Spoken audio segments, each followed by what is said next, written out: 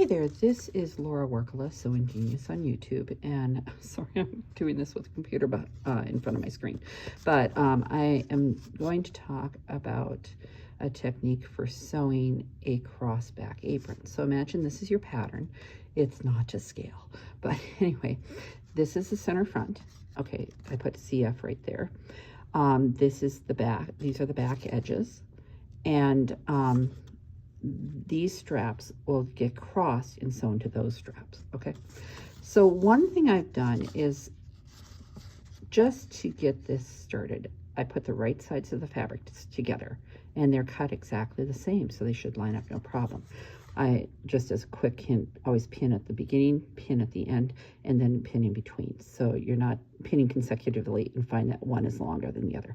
But anyway, you're going to, because we want the bulk of our fabric to our left when we sew, we're going to sew up this way, turn it, sew in this curve, turn it, sew in this curve, sew in this curve, sew in this curve. So basically we're sewing clockwise around the apron, if that makes any sense. But we want the bulk of our fabric to our left when we sew, so we don't have to shove it underneath the arm of the machine. So here's the thing, is that in order to get a really good connection between the ends, we're not going to sew for the last 6 inches of the seams here, and I'm going to show you how do you figure that out. Okay, so I'm going to call this the outside edge of the strap, and this is the inside edge. This is the outside edge, that's the inside edge. This is the inside edge, this is the outside edge, inside edge, outside edge. So any edge that faces this way or this way is the outside edge, and then anything that faces toward the middle is the inside edge. So and I did write like I and O on here. I don't know if you'll be able to see it. It's probably a bit light. Okay, so how do you know on your apron which straps to sew together? You're going to fold this. Okay, you fold this like this, and you're going to fold this like this. Okay, and the front one has an extension. Okay, that's where you sew. You're going to sew that extra piece right here and right here. This is not to scale because that piece is pretty long, and so this will be longer than this. Okay, so see how this one goes to that one, and this one goes to this one. Now, if you look at this, I put yellow highlighter on the outside edges. And it turns out this outside edge goes to this outside edge. Watch this. You see that this outside edge goes to that one across from it.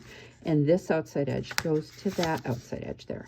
And ultimately, we will be sewing the ends together. But what I want to show you is that to make it easier to get a really, really good join that looks good and is easy to do, when you sew here on this edge right here, you're going to stop about 6 inches before the end and back stitch. Then you're going to jump over here and you're going to start at the end. You're going to go all the way here and you're going to stop 6 inches before the end here. Then you're going to start here and you're going to do this whole thing from end to end. You're not going to be sewing across these horizontal pieces. Then here, you'll start 6 inches before the end, after the end, or whatever you want to call it. Back stitch, go here, go all the way to the end.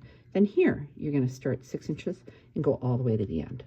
Okay, so that's going to make it much easier for us to join this end here to that end there, and this end here to that end there. Okay, there are some other prep things that would have to be done once the stitching is done, but I just wanted to show you that this is really important, that you do not sew the last 6 inches on the outside edges of your straps.